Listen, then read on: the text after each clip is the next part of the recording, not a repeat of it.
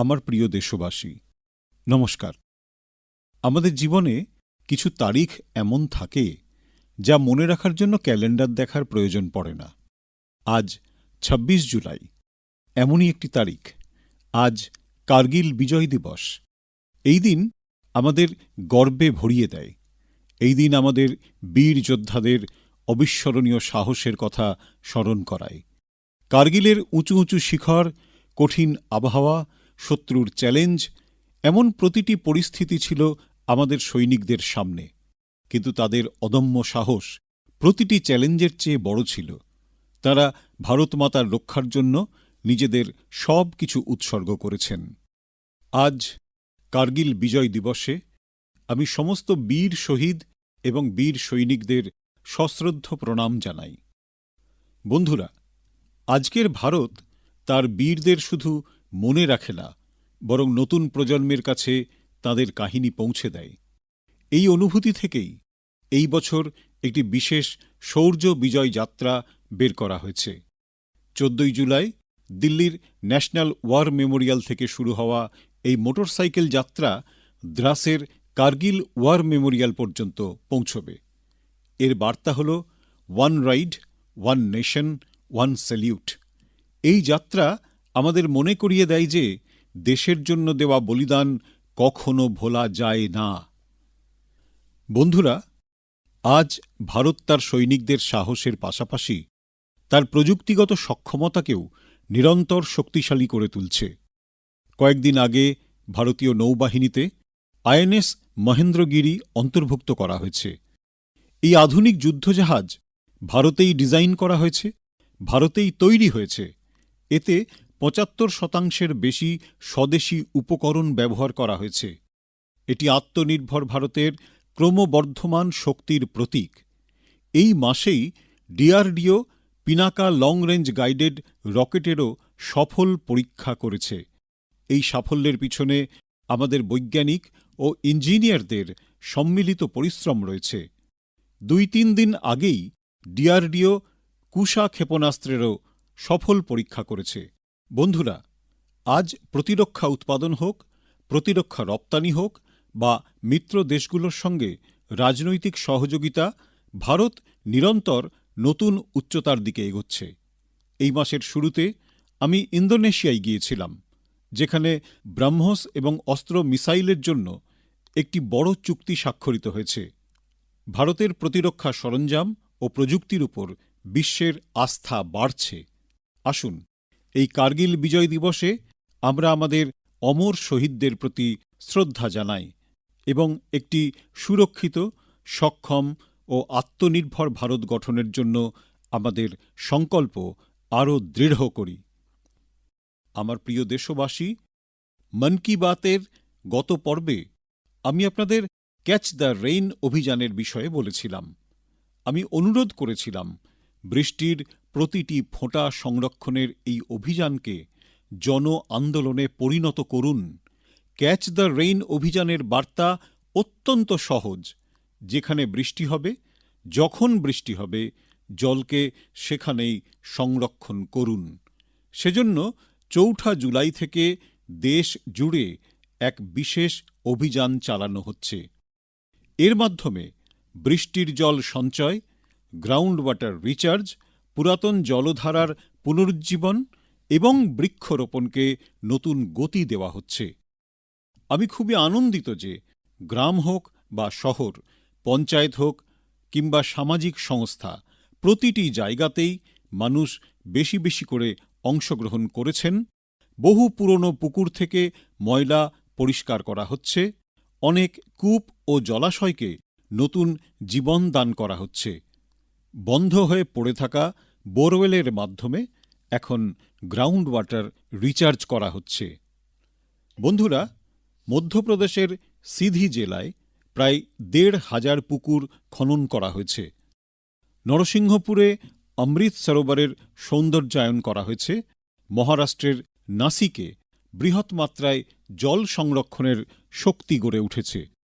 অন্ধ্রপ্রদেশের নন্দ্যালে সব গ্রাম পঞ্চায়েত এই অভিযানের সঙ্গে যুক্ত হয়েছে এবং পুরনো পুকুরগুলিকে আবারও ব্যবহারযোগ্য করে তোলা হয়েছে। আমাদের শহরগুলিও পিছিয়ে নেই। ছত্তিশগড়ের কোরবা, ওড়িশার ভুবনেশ্বর এবং অন্ধ্রপ্রদেশের বিজয়নগরমে এই অভিযানের উৎসাহব্যঞ্জক ফলাফল দেখা যাচ্ছে। আসুন আমরাও আমাদের আশেপাশের কোনো একটি নালা, কূপ বা জলাশয়ের দায়িত্ব নিই, জলের প্রতিটি ফোঁটা সংরক্ষণ করি। আজকের সংরক্ষিত প্রতিটি ফোঁটা আগামী প্রজন্মের ভবিষ্যতের সবচেয়ে বড় মূলধন। আমার প্রিয় দেশবাসী, সম্প্রতি গ্লাসগোতে কমনওয়েলথ গেমস শুরু হয়েছে। প্রত্যেক দেশবাসী ভারতীয় দলকে নিরন্তর নিজেদের শুভেচ্ছা জানাচ্ছেন। তাঁদের কামনা এই যে সকল ক্রীড়াবিদ ও অ্যাথলিট যেন অসাধারণ ক্রীড়া প্রদর্শন করেন এবং মানুষের হৃদয় জিতে নেন। বন্ধুরা, আমাদের যুবারা ইদানিংকালে ক্রীড়াক্ষেত্রে বেশ কিছু চমৎকার সাফল্য অর্জন করেছেন। পিভি সিন্ধু ব্যাডমিন্টনে জাপান ওপেন খেতাবজয়ী প্রথম ভারতীয় হয়েছেন। তার এই সাফল্যে সারা দেশ গর্বিত। ভারতীয় মহিলা ক্রিকেট দলও লন্ডনে লর্ডস স্টেডিয়ামে নিজেদের প্রথম টেস্ট ম্যাচ জিতেছে। এটি এক ঐতিহাসিক জয়। আমাদের টিম ২৭০ রানের বিরাট ব্যবধানে এই খেলায় জয়লাভ করেছে। কিন্তু বিষয়টা শুধু এইটুকুই নয়। লর্ডসের দীর্ঘ ইতিহাসে মহিলা ক্রিকেট দলের এটিই ছিল প্রথম টেস্ট ম্যাচ। ১৯৮৩-তে এই মাঠেই ভারত নিজেদের প্রথম ক্রিকেট বিশ্বকাপ জিতেছিল। আজ আমাদের নারী শক্তি এখানে দেশের নাম উজ্জ্বল করেছে। কিছু ক্ষুদ্র প্রয়াস এমনও হয় যা অত্যন্ত অর্থবহ হয়ে ওঠে। কেরালার এর্নাকুলামের সাউথ চিত্তুরে ক্রীড়া বিষয়ক এমনই এক প্রয়াসের কথা আমি জানতে পেরেছি। এখানে একটি স্কুলে সংস্কৃত ক্লাব রয়েছে। সেখানকার এক শিক্ষক অভিলাষজি অত্যন্ত অভিনব পদ্ধতিতে সংস্কৃতকে জনপ্রিয় করে তুলছেন। এই প্রজেক্টটিকে অক্ষর কন্দুক নাম দেওয়া হয়েছে। এতে সংস্কৃত অক্ষরগুলিকে ফুটবল খেলায় ব্যবহৃত শব্দগুলির সঙ্গে যুক্ত করে সহজভাবে বোঝানো হয়। তাতে শেখার আনন্দও পাওয়া যায়, পাশাপাশি খেলার সঙ্গে মানুষের সংযোগও বাড়ে। আমার প্রিয় দেশবাসী, গত রবিবার বিক্রম-1-এর সফল উৎক্ষেপণের ফলে প্রতিটি দেশবাসী গৌরবান্বিত হয়েছেন। আমরা সকল দেশবাসী স্পেস সেক্টরের এই ঐতিহাসিক ক্ষণের সাক্ষী হয়েছি। এটি প্রাইভেট সেক্টর দ্বারা নির্মিত ভারতের প্রথম রকেট। আমাদের যুবা ইনোভেটরসরা সেই কাজ করে দেখিয়েছেন যা কল্পনা করাও দুঃসাধ্য ছিল। তারা অবিশ্বাস্য দক্ষতা, আবেগ ও ধৈর্যের নিদর্শন রেখেছেন। দীর্ঘ সময় পর্যন্ত আমাদের স্পেস সেক্টর বেসরকারি ক্ষেত্রের জন্য বন্ধ ছিল। এই সেক্টরে আগ্রহী বহু যুবা নিজেদের প্রতিভা প্রদর্শন করার সুযোগ পাচ্ছিলেন না। যুবাদের কল্যাণের লক্ষ্যে আমরা স্পেস সেক্টরকে প্রাইভেট সেক্টরের জন্য উন্মুক্ত করি। আজ তার ফলাফল সারা পৃথিবী দেখতে পাচ্ছে। বন্ধুরা, আমাদের যুবা বন্ধুরা বিজ্ঞানের ক্ষেত্রেও ভারতের নাম উজ্জ্বল করছেন। সায়েন্স অলিম্পিয়াডস পৃথিবীর সবথেকে গুরুত্বপূর্ণ প্রতিযোগিতাগুলির মধ্যে একটি। এতে বড় মাত্রায় ছাত্রছাত্রীরা অংশগ্রহণ করে থাকে। এই মাসেই ফিজিক্স, কেমিস্ট্রি, বায়োলজি এবং ম্যাথমেটিক্সের অলিম্পিয়াড হয়েছে। এই প্রতিযোগিতায় ভারতীয় দলের প্রদর্শন অনবদ্য ছিল। ফিজিক্স অলিম্পিয়াডে আমাদের ৫ জন ছাত্রছাত্রী সকলেই স্বর্ণপদক জিতেছে, আর ভারত প্রথম স্থান অর্জন করেছে। বিগত এক দশকে অনুষ্ঠিত প্রত্যেক ফিজিক্স অলিম্পিয়াডে আমাদের দেশের ছাত্রছাত্রীরা স্বর্ণ বা রৌপ্য পদক অবশ্যই জিতেছে। কেমিস্ট্রি অলিম্পিয়াডেও আমাদের সকল ছাত্রছাত্রীরা স্বর্ণপদক জিতেছে। এটা এখনো পর্যন্ত সবথেকে ভালো পারফরমেন্স ছিল। বায়োলজি অলিম্পিয়াডেও আমাদের সব ছাত্রছাত্রীরা পদক জিতেছে, যার মধ্যে একটি স্বর্ণপদকও অন্তর্ভুক্ত। অপরদিকে ম্যাথমেটিক্স অলিম্পিয়াডে আমাদের ছাত্রছাত্রীরা 2টি স্বর্ণপদক আর রৌপ্য পদক নিজ নামাঙ্কিত করে। আমাদের দেশের যুবশক্তির উপর আমি গর্বিত। এটা দেখে আনন্দ হচ্ছে যে ভারতে অলিম্পিয়াড আর হ্যাকাথনের সংস্কৃতি উত্তরোত্তর বৃদ্ধি পাচ্ছে। আমার বিশ্বাস দেশের একাধিক যুবক এরকম ফোরামে নিজেদের আগ্রহ দেখাবে এবং ভারতের পতাকা ঊর্ধ্বে তুলে ধরবে। আমার প্রিয় দেশবাসী, যখন প্রতিভা থাকে এবং কিছু করার আবেগও থাকে, তখন যে কোনো পথ হয়ে ওঠে সহজ। কাশ্মীরের ঐতিহ্যবাহী মাদুর বগু নিয়ে যে প্রচেষ্টা চলছে তা এরই প্রতিফলন। এটি উলুখাগড়া এবং খড় দিয়ে তৈরি করা হয়। এই চাটাইটি বানানোর প্রক্রিয়া বহু বছর পুরনো। এর জন্য কাশ্মীরের জলাভূমি অঞ্চলের ঘাস ও উলুখাগড়া কাটা হয়ে থাকে। রোদে শুকোনোর পর ছাঁটাই করা হয়, আর তারপরে শুরু হয় হাতে বোনার কাজ। 2জন কারিগরের মোটামুটি 4 দিন সময় লাগে এই চাটাই বুনতে। এই মাদুর অনন্য এবং ইকো-ফ্রেন্ডলিও। এর একটি বড় বিশেষত্ব হল গরমে এই মাদুর থেকে শীতলতা পাবেন আর শীতকালে উষ্ণতা। প্রথম দিকে এটি কাশ্মীরের ঘরে ঘরে দেখা যেত, কিন্তু বিগত কিছু বছরে এর ব্যবহার কমতে শুরু করে। এই সময় শ্রীনগরের গুলাম হোসেনজি এবং তার মেয়ে তঞ্জিলাজি একটি সংকল্প গ্রহণ করেন। দুজনে বগু শিল্পের ঐতিহ্যকে নতুন জীবনদান করতে বদ্ধপরিকর। গুলাম হোসেনজি খুবই সাধারণ পরিবারের। এই কাজ করতে গিয়ে উনি নানা বাধা বিপত্তির সম্মুখীন হন, কিন্তু বগু সংরক্ষণের ওনার এই সংকল্প অটুট ছিল। দেখতে দেখতে ওনার এই প্রচেষ্টার সঙ্গে আরও অনেক মানুষ যুক্ত হতে শুরু করেন। গুলাম হোসেনজি এই কৌশলের যথেষ্ট বিকাশ ঘটালেন। এই মিশনে স্থানীয়ভাবে তিনি সরকারি সাহায্যও পান। আজ দ্রুত ক্রমবর্ধমান বগুর জনপ্রিয়তা দেশের অন্যান্য প্রান্তেও পৌঁছে যাচ্ছে। এই প্রচেষ্টার সঙ্গে যুক্ত প্রত্যেক ব্যক্তির জন্য আমি গর্বিত। আজ আমাদের সবার লোকাল প্রোডাক্টসের ওপর বিশ্বাস আছে। আমরা ভোকাল ফর লোকালের মন্ত্রে এগিয়ে চলেছি। সেক্ষেত্রে কাশ্মীরের বগু আপনাদের ঘরের একটি অংশ হোক, এই ব্যাপারে আপনারা একবার অবশ্যই ভাবুন। বন্ধুরা, আমাদের দেশে চা শুধুমাত্র একটি পানীয় নয়, এটি ঘনিষ্ঠতাও বাড়ায়। সকালের শুরু হোক, বন্ধুদের সাথে দেখা সাক্ষাৎ হোক, বা পরিবারের সাথে কিছু সময় কাটাবার হোক, চা প্রতিটি মুহূর্তের অঙ্গ হয়ে যায়। আর আপনারা তো ভালো করেই জানেন চায়ের সাথে আমার সম্পর্ক কি। কিন্তু আজ আমি যে চায়ের কথা বলছি সে শুধুমাত্র স্বাদই দেয়নি, বরং অনেক বোনেদের জীবনে আত্মনির্ভরতার সুগন্ধও মিশিয়ে দিয়েছে। উত্তরপ্রদেশের বিজনৌর জেলার লখিওয়ালা গ্রামে সেলফ হেল্প গ্রুপের সঙ্গে যুক্ত মহিলারা বিদুর প্রেরণা স্বদেশী হার্বাল টি তৈরি করেছেন। এতে লেমন গ্রাস, গুলঞ্চ, যষ্টিমধু, তুলসী, কাঁচা হলুদ, দারুচিনি, এলাচ এবং মৌরির মতো প্রাকৃতিক জিনিস মিশ্রিত আছে। নিজস্ব অপূর্ব স্বাদ ও গুণের জন্য এই চা খুব অল্প সময়ের মধ্যে মানুষের মাঝে বিশেষ পরিচিতি বানিয়ে নিয়েছে।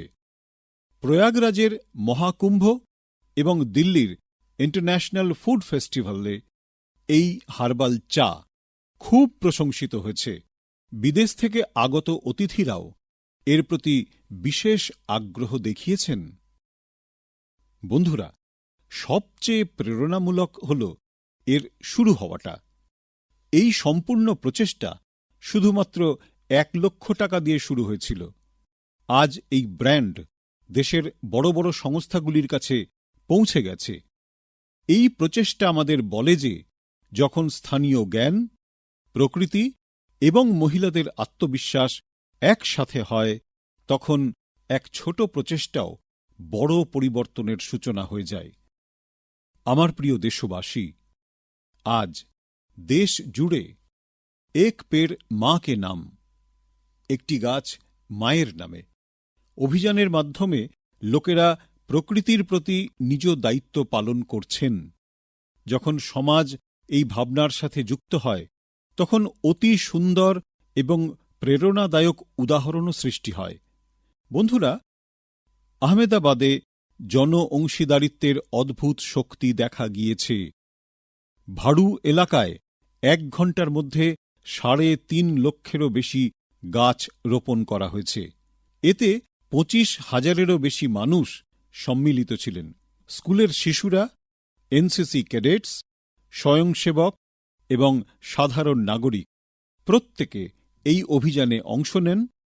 আগামী বছরগুলিতে এই গাছগুলোই এক ঘন নগর অরণ্যের রূপ নেবে। এই প্রচেষ্টাকে গিনেস বুক অফ ওয়ার্ল্ড রেকর্ডসে লিপিবদ্ধ করা হয়েছে। বন্ধুরা, এক পেড় মা কে নাম অভিযানের ফলে উত্তরপ্রদেশে জনশক্তির অদ্ভুত উদাহরণ দেখা গেছে। সেখানে একদিনে 12 জুলাইতে 35 কোটিরও বেশি গাছ লাগানো হয়। উত্তরপ্রদেশের সাংসদ হওয়ায় আমার জন্যও এটি বিশেষ গর্বের বিষয়। আমার প্রিয় দেশবাসী, গাছ শুধুমাত্র মানুষের জন্যই হয় না, অগণিত জীবজন্তুরও বাসা। গুজরাটের গিরের জঙ্গলে প্রায় 60 বছর বাদে ইন্ডিয়ান গ্রে হর্নবিল আবার বাসা বাঁধছে। এটা গিরের বছরের পর বছর ধরে হয়ে চলা সংরক্ষণ এবং পুনর্স্থাপনের প্রচেষ্টার ফল। হর্নবিলকে জঙ্গলের কৃষক বলা হয়। এরা ফল খেয়ে বীজগুলি দূরবর্তী স্থানে পৌঁছায়। সেই বীজ থেকেই জঙ্গলে নতুন গাছ জন্ম নেয়।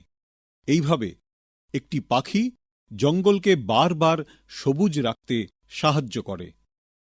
আমি আপনাদের সবাইকে বলবো, আমরা সবাই যেন আমাদের জীবনের কোনো বিশেষ সুযোগকে প্রকৃতির সাথে অবশ্যই যুক্ত করি।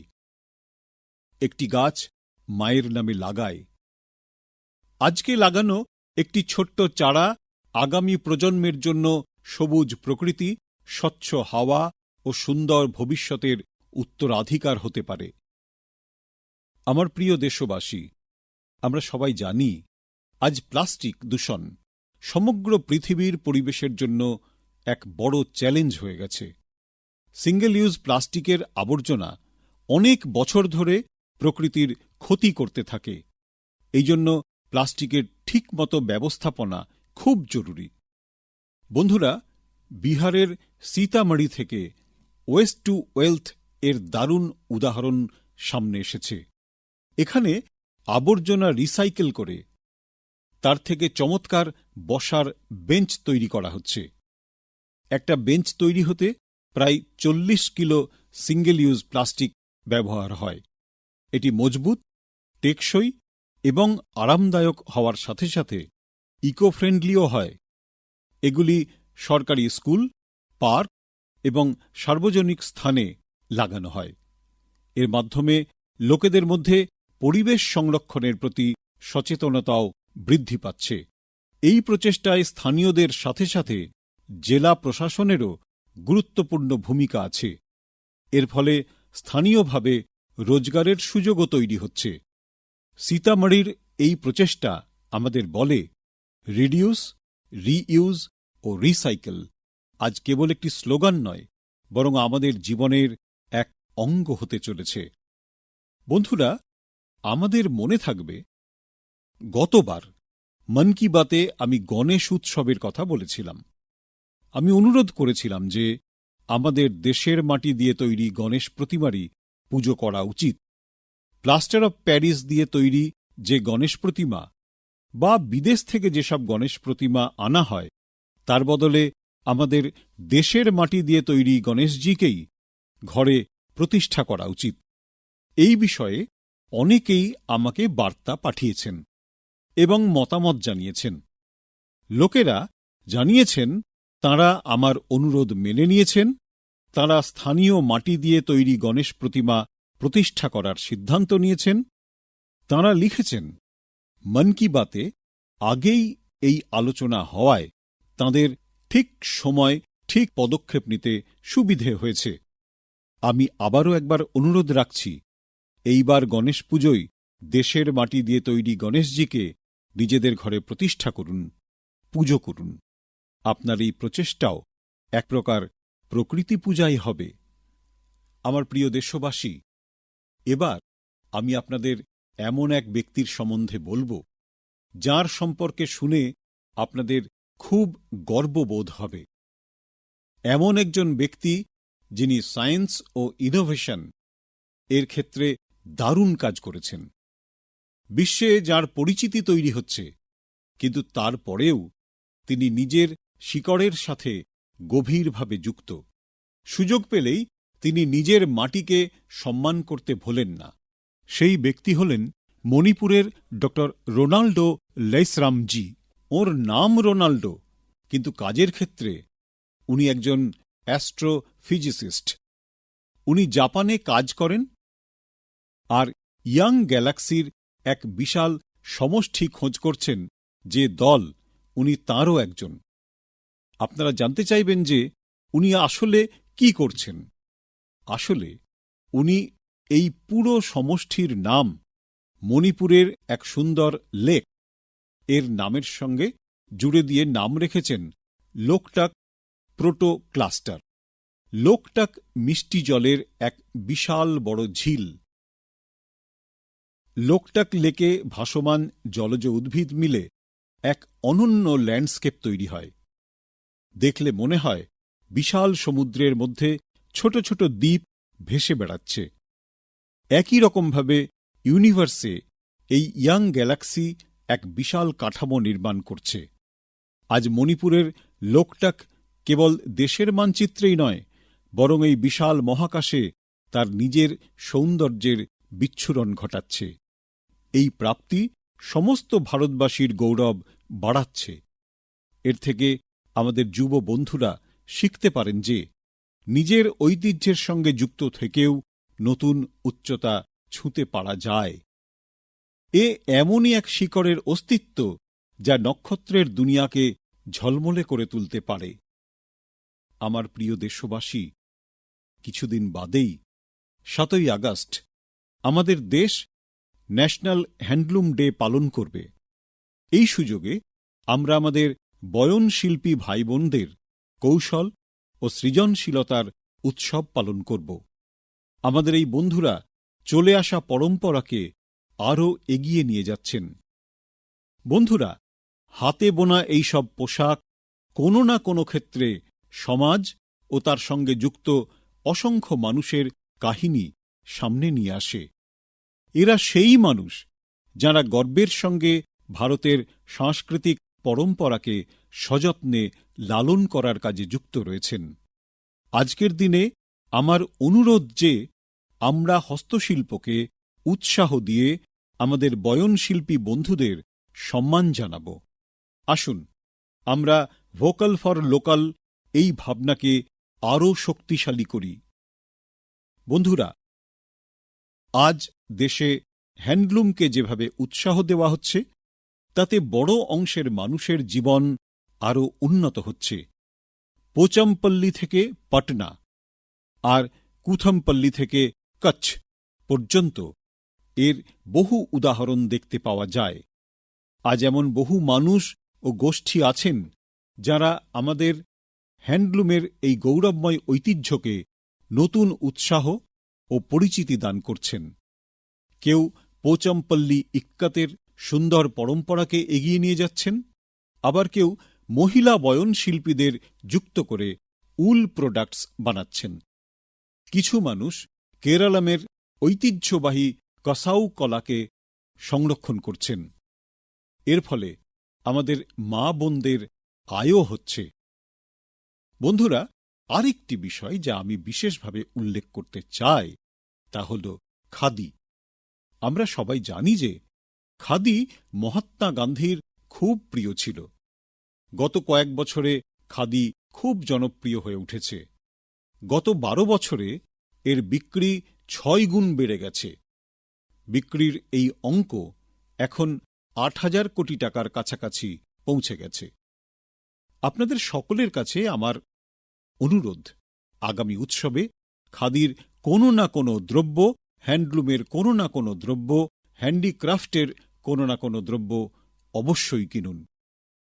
আমার প্রিয় দেশবাসী, যদি আপনাদের জিজ্ঞেস করা হয় যে ভারতে কত প্রকারের মিউজিক্যাল ইনস্ট্রুমেন্ট আছে, তাহলে আপনারা চিন্তায় পড়ে যাবেন। এটা এই জন্য যে আমাদের এখানে অনেক বাদ্যযন্ত্র আর তার সঙ্গে যুক্ত পরম্পরা রয়েছে। এরকমই এক ইনস্ট্রুমেন্ট ত্রিপুরার চোংপ্রেং। এটা এখানকার আদিবাসী সমাজে অত্যন্ত জনপ্রিয়। বাঁশের তৈরি এই বাদ্যযন্ত্রে 3টি তার আছে। এর থেকে যে সুর বেরোয় তা অতি সুমধুর, যার সঙ্গে অনেকটা সরোদের মিল পাওয়া যায়। কিছু কারণে এর জনপ্রিয়তা যুব প্রজন্মের মধ্যে কমে যাচ্ছিল। সেজন্য সুরজ কুমার দেববর্মা তাকে আবার জনপ্রিয় করে তোলার সংকল্প নিয়েছেন। আজ তাঁর চেষ্টার ফল পাওয়া যাচ্ছে। তিনি চোংপ্রেংয়ের সঙ্গে সঙ্গে ওখানকার অন্য ঐতিহ্যবাহী বাদ্যযন্ত্রও বাজাচ্ছেন। কোকবরক লোকগান, বাউল গান, বাংলা লোকগান এতে খুব ভালো লাগে। আমি এখন আপনাদের একটি ছোট্ট ক্লিপ শোনাতে চাইছি। এই সুর আপনারা কখনো ভুলতে পারবেন না।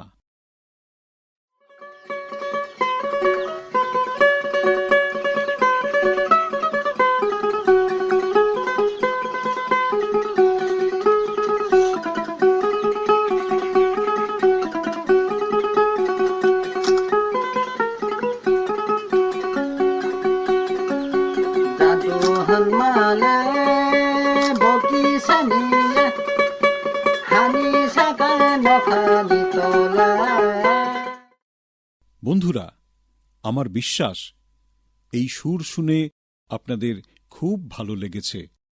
আমার অনেক গর্ব দেববর্মাজিকে নিয়ে। পারম্পরিক সঙ্গীতকে জনপ্রিয় করে তোলার জন্য তাঁর এই প্রচেষ্টা অত্যন্ত প্রশংসনীয়। আমার অনুরোধ, আপনারাও আপনাদের আশেপাশের এরকম ঐতিহ্যবাহী বাদ্যযন্ত্রের কথা সোশ্যাল মিডিয়াতে অবশ্যই শেয়ার করুন। আপনার এই প্রচেষ্টা অন্যকেও ঐতিহ্যবাহী ভারতীয় সঙ্গীতের সঙ্গে যুক্ত করবে। আমার প্রিয় দেশবাসী, কাল 27 জুলাই ভারতরত্ন ডক্টর APJ আব্দুল কালামের প্রয়াণ দিবস। ডক্টর কালামের ব্যক্তিত্ব নানান প্রেরণার স্বরূপ, কিন্তু তাঁর মনের সবচেয়ে কাছে এক শিক্ষকের ভূমিকা। তিনি শিশু ও যুবকদের বড় স্বপ্ন দেখার জন্য উৎসাহ দিতেন। ঘটনাচক্রে এই সপ্তাহেই আমরা গুরু পূর্ণিমা পালন করব। আমাদের মা, বাবা আমাদের প্রথম গুরু, স্কুলের শিক্ষক যারা আমাদের অক্ষর পরিচয় করান। গুরু পূর্ণিমা এই সব গুরুদের প্রতি কৃতজ্ঞতা জানানোর সুযোগ। আমি দেশের সব শিক্ষক ও গুরুজনদের প্রণাম জানাই। বন্ধুরা, কয়েকটি সপ্তাহ পরেই আমরা আমাদের স্বাধীনতার মহোৎসব পালন করব। 15ই আগস্ট সমস্ত ভারতবাসীর কাছে গর্বের দিন। এই দিন সেই সব অসংখ্য বীরদের স্মরণ করার দিন যারা ভারত মাতার স্বাধীনতার জন্য নিজেদের সমস্ত কিছু সমর্পণ করেছিলেন। তাঁদের ত্যাগ আর তপস্যার জন্য আজ আমাদের হাতে তেরঙা। এই তেরঙায় রয়েছে আমাদের সংবিধানের আদর্শ। বন্ধুরা, গত কয়েক বছরে হর ঘর তিরঙ্গা অভিযান অত্যন্ত উৎসাহের সঙ্গে সারা দেশকে এক অসাধারণ আদর্শে যুক্ত করেছে। প্রতি ঘর, প্রতি রাস্তায় তেরঙ্গার উৎসব দেখা যায়। এই বছরও হর ঘর তিরঙ্গা অভিযানকে সম্পূর্ণ উৎসাহের সঙ্গে এগিয়ে নিয়ে যেতে হবে। নিজেদের ঘরে পুরো সম্মানের সঙ্গে তেরঙ্গা ওড়াতে হবে। বন্ধুরা, প্রতি বছর 15ই আগস্টের আগে আপনারা আমাকে অনেক পরামর্শ ও প্রস্তাব দিয়ে থাকেন। এবছরও আপনারা অবশ্যই আপনাদের চিন্তাভাবনা মাইগভ পোর্টালে অবশ্যই পাঠান। আমি আপনাদের প্রস্তাবের অপেক্ষায় রয়েছি। বন্ধুরা, মন কি বাত আজ এই পর্যন্ত। আগামী মাসে আমরা আবার মিলিত হব দেশবাসীর সঙ্গে অনেক নতুন উপলব্ধি আর উৎসাহব্যঞ্জক উদ্যোগ নিয়ে। এখন আমাকে অনুমতি দিন। অনেক অনেক ধন্যবাদ। নমস্কার।